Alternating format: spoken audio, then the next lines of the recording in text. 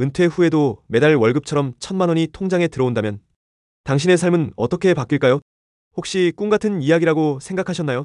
수많은 사람이 은퇴 후 월 1,000만 원이라는 꿈의 현금 흐름을 현실로 만들어낸 비밀이 있습니다. 그들은 평범한 직장인이었지만 자신만의 노후 설계도를 미리 그려놓고 철저히 실행에 옮겼습니다. 이제 그들의 비결을 함께 들여다보겠습니다. 많은 사람이 꿈꾸는 슈퍼 은퇴자는 단순히 돈 걱정 없이 풍족한 노후를 보내는 사람을 의미하는 것처럼 보입니다. 매월 1,000만 원의 현금 흐름을 유지하며 여가와 취미를 즐기는 삶은 모든 이 로망일 것입니다. 그러나 전문가들의 분석은 진짜 슈퍼 은퇴의 정의가 단순히 통장 잔고의 숫자를 넘어선다는 것을 보여줍니다. 진정한 슈퍼 은퇴는 안정적인 재정적 기반 위에 의미와 목적이 있는 삶을 쌓아 올린 결과물입니다. 최근 신경과학 연구는 슈퍼에이저라는 개념을 제시하며 성공적인 노화가 돈이 아닌 뇌의 활력과 직결된다고 설명합니다. 이들은 또래보다 뇌 용량을 잃는 속도가 2배 이상 느리며 치매 위험에서도 보호받습니다.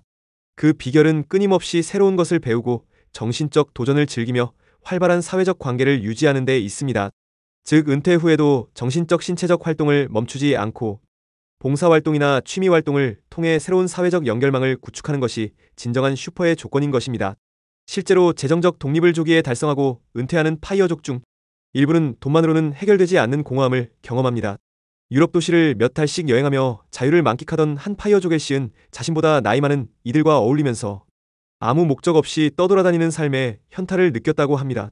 이는 일이 단순한 생계 수단을 넘어 자신의 존재 가치를 증명하고 현실감을 부여하는 중요한 역할을 한다는 사실을 깨닫게 해줍니다. 이러한 이유로 많은 직장인 67.9%의 경제적 자유를 얻은 후에도 어떤 형태로든 계속 일하기를 희망하는 것으로 나타났습니다. 결국 슈퍼 은퇴는 돈이라는 수단으로 목적 있는 삶을 지속하는 총체적인 설계에 가깝습니다. 이러한 삶의 설계는 단거리 달리기가 아닌 마라톤과 같습니다. 자산 관리는 단기간에 이루어지는 것이 아니며 자산만 필요한 것이 아니라 그 자산을 관리하는 데 필요한 시간이 필수적인 요소이기 때문입니다. 전문가들은 일반적으로 노후 자금으로 월급의 10%를 꾸준히 저축하거나 투자할 것을 권장하며 이는 누구나 시작할 수 있는 구체적인 첫걸음을 제시합니다. 월 1,000만 원의 현금 흐름을 만드는 첫 번째 기둥은 안정성입니다. 주인공 박 씨가 은퇴 후 1,000만 원을 달성할 수 있었던 것도 단순히 부동산 투자에 의존한 것이 아니라 최소한의 생활을 보장해주는 든든한 연금이라는 토대가 있었기 때문입니다. 장해주는 든든한 연금이라는 토대가 있었기 때문입니다. 박 씨의 연금 전략은 퇴직금과 연금 제도를 다층적으로 활용한 모범 사례로 분석됩니다. 박 씨는 여러 직업을 거치며 각기 다른 연금 시스템을 활용했습니다. 20년간 별정직 공무원과 육군 장교로 근무하며 60세부터 매달 210만 원의 연금을 확보했고, 민간 기업 재직 중에는 의무가 아님에도 국민연금에 자발적으로 가입하여 65세부터 월 90만 원을 받을 계획입니다. 여기에 개인연금을 추가로 준비하여 65세부터 월 100만 원을 더 수령함으로써 연금만으로 매달 400만 원이라는 안정적인 현금 흐름을 구축했습니다. 이는 어떤 경제 위기나 부동산 시장의 변동에도 흔들리지 않는 든든한 안전망 역할을 수행합니다. 박 씨가 준비한 개인연금은 은퇴 설계에서 가장 중요한 부분 중 하나입니다. 국내 개인연금은 크게 연금저축, 개인형 퇴직연금하여 그리고 만능통장이라 불리는 개인종합자 상관리계좌에서로 나눌 수 있습니다. 이 세 가지 계좌는 각각 고유의 특징과 장단점을 가지고 있으며 개인의 생애 주기와 재정 상황에 맞춰 전략적으로 선택해야 합니다. 연금저축펀드는 세액공제 납입액의 16.5%와 과세 이연 혜택을 제공하며 비교적 자유로운 중도 인출이 가능하다는 장점이 있습니다.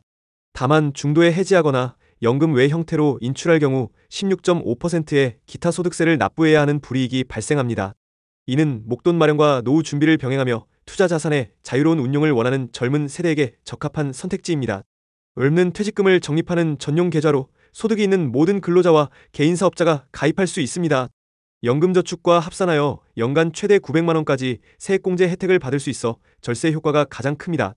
그러나 법정 사유 6개월 이상 요양의료비, 무주택자 주택 구입전세 보증금 등 외에는 중도 인출이 불가능하여 노후 자금을 확실히 묶어두고 싶은 40, 50대에게 더 유리합니다. S는 연금 계좌는 아니지만 일정 기간 가입 후 연금저축이나 읍으로 전환할 수 있어 연금의 맥락에서 중요하게 다뤄집니다. 일반형은 200만 원, 서민형은 400만 원까지 비과세 혜택이 적용되며 초과분에 대해서는 9.9%의 저율 분리과세가 적용됩니다. 최소 3년의 의무 가입 기간이 지난 후에는 자유롭게 기간을 설정할 수 있어 연금 투자에 대한 부담을 느끼는 사회 초년생이 시작하기에 좋은 계좌입니다. 이처럼 각 연금 계좌의 특징을 명확히 이해하고 자신의 재정 목표와 유동성 필요에 따라 전략적으로 조합하는 것이 중요합니다. 단순히 연금 상품에 가입하는 것을 넘어 자신의 생애 주기와 자금 운용 계획에 맞는 최적의 계좌를 선택하고 활용하는 것이 바로 성공적인 연금 설계의 핵심이라 할 수 있습니다. 노후 현금 흐름을 계획할 때 세금 문제를 고려하는 것은 필수적입니다. 특히 세액공제 혜택을 받은 연금계좌에서 연금을 수령하는 경우 연간 합계액이 1,200만 원을 초과하면 다른 종합소득과 합산하여 과세될 수 있습니다. 이 경우 누진세율 6-15%이 적용되어 세금 부담이 크게 늘어날 수 있으므로 연금 수령액과 다른 소득을 종합적으로 고려하여 세금 계획을 세워야 합니다. 박 씨의 노후 현금 흐름에서 연금 다음으로 가장 큰 비중을 차지하는 것은 부동산 임대 소득입니다. 8억 원을 투자해 방 21개짜리 지방 국립대 인근 원룸 건물을 매입했고 방당 월세 30만 원으로 매월 630만 원의 임대 수익을 올리고 있습니다. 이는 연 3% 이자를 받는 예금보다 3배 이상 높은 수익을 올리는 전략으로 보입니다. 박 씨가 서울 신촌 대신 지방 국립대를 선택한 것은 단순한 우연이 아닙니다. 서울은 건물 가격이 높아 수익률이 3-4%에 불과한 반면 지방은 동일한 방 개수라도 토지 가격이 저렴하여 운용만 잘하면 10% 이상의 수익률도 기대할 수 있기 때문입니다. 이는 데이터로도 확인되는 사실입니다. 2025년 1분기 기준 전국 오피스텔 수익률은 5.51%까지 상승했는데 특히 대전 7.83%, 광주 6.46% 등 지방 주요 도시가 서울 4.92%보다 높은 수익률을 보였습니다.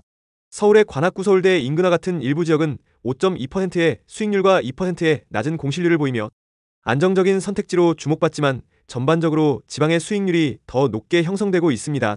이러한 수치는 단순한 경제적 판단을 넘어 투자 대상의 본질을 이해하는 것이 중요하다는 점을 시사합니다.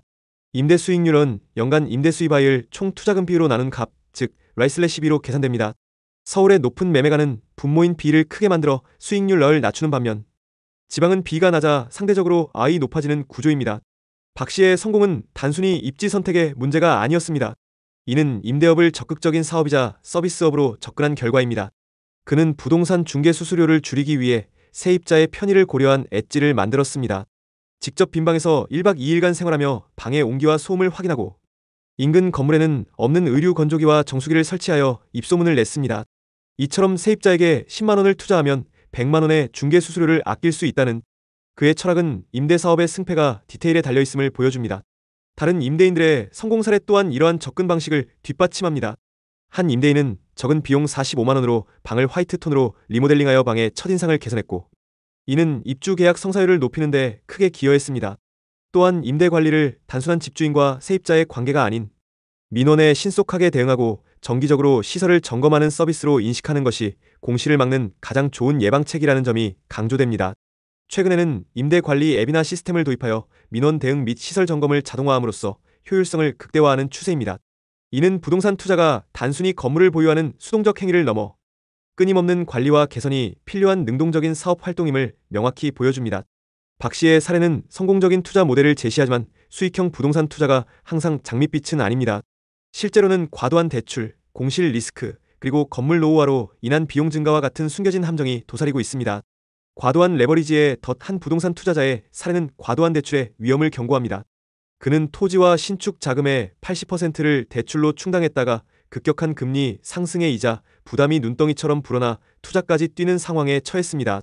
이는 투자 당시의 시장 상황만을 보고 영끌 투자를 감행했을 때 현금 흐름이 얼마나 취약해질 수 있는지를 보여줍니다. 공실 위험 원룸 투자는 세입자 교체가 잦아 공실이 발생하기 쉽다는 근본적인 위험을 안고 있습니다. 원룸 20개짜리 건물에서 방 1개가 비면 수익의 5%가 사라지는 셈입니다.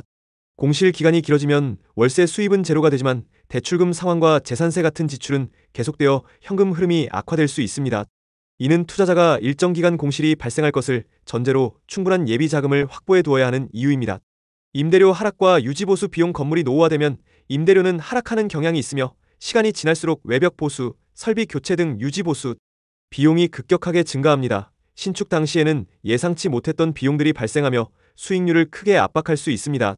노후에 따른 비용 증가를 고려하지 않고 낙관적으로 수익 시뮬레이션을 하는 것은 매우 위험합니다. 현명한 은퇴 설계는 결코 단일 자산에 의존하지 않습니다. 박 씨가 연금과 부동산이라는 두 개의 기둥을 세운 것처럼 한 발 더 나아가 다양한 소득권을 확보하는 것이 시장 변동성으로부터 포트폴리오를 보호하는 가장 강력한 전략입니다.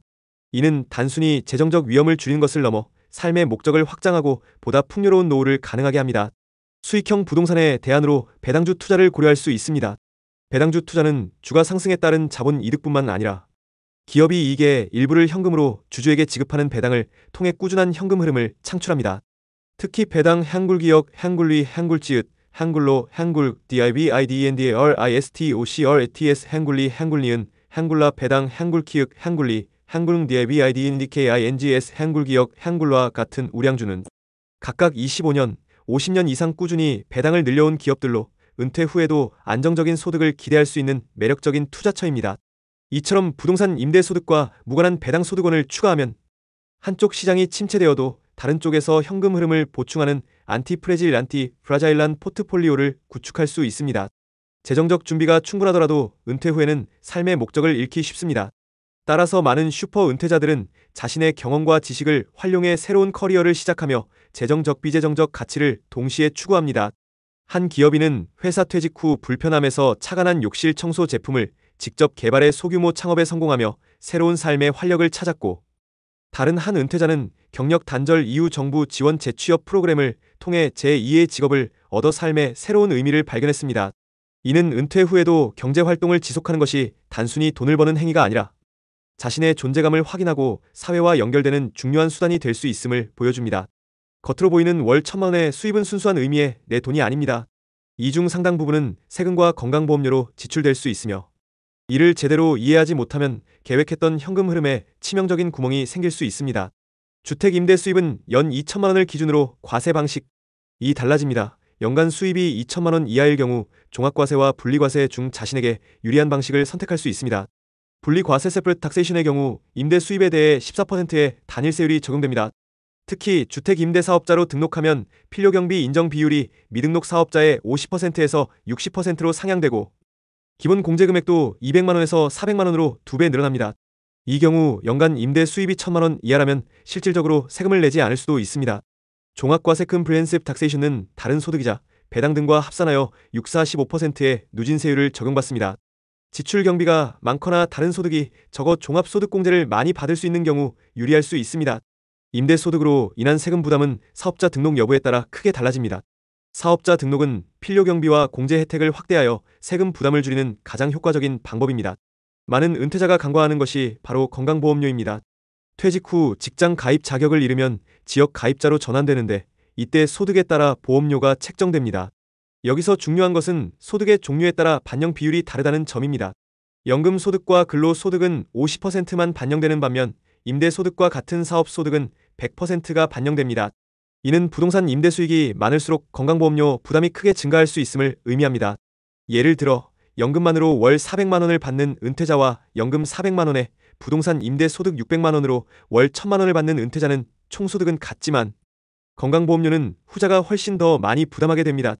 따라서 노후 현금 흐름을 설계할 때 세금과 건강보험료까지 포함한 순수익을 기준으로 계획을 세우는 것이 현명합니다. 박 씨의 사례는 월 1,000만 원 현금 흐름이 허황된 꿈이 아니라 치밀한 계획과 실행으로 충분히 달성 가능한 목표임을 보여줍니다. 그러나 그의 성공은 단순한 투자 비법이 아닌 안정성과 수익성이라는 두 기둥을 기반으로 한 견고한 설계의 결과입니다. 첫째, 튼튼한 연금 기반을 구축하십시오. 퇴직연금, 국민연금, 개인연금을 다층적으로 활용하여 어떤 위기에도 흔들리지 않는 재정적 안전망을 확보하는 것이 무엇보다 중요합니다. 둘째, 부동산 투자는 사업의 관점에서 접근하십시오. 단순히 수익률만 보고 투자하는 것을 넘어 적극적인 임대 관리와 서비스 정신으로 공실 리스크를 최소화하고 건물의 가치를 지속적으로 높여야 합니다.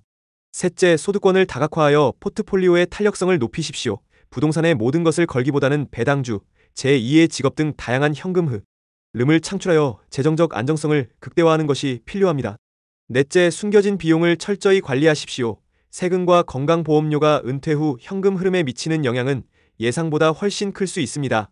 사업자 등록과 같은 절세 전략을 적극적으로 활용하고 소득 종류에 따른 건강보험료 부담을 미리 계산해야 합니다. 궁극적으로 진정한 슈퍼 은퇴는 돈만 쫓는 삶이 아닌 재정적 자유를 통해 자신이 진정으로 원하는 삶의 목적과 의미를 찾아 나서는 여정입니다. 지금 당장 자신의 삶과 재정을 돌아보며 나만의 슈퍼 은퇴 설계도를 그려보는 것이 가장 중요한 첫걸음이 될 것입니다.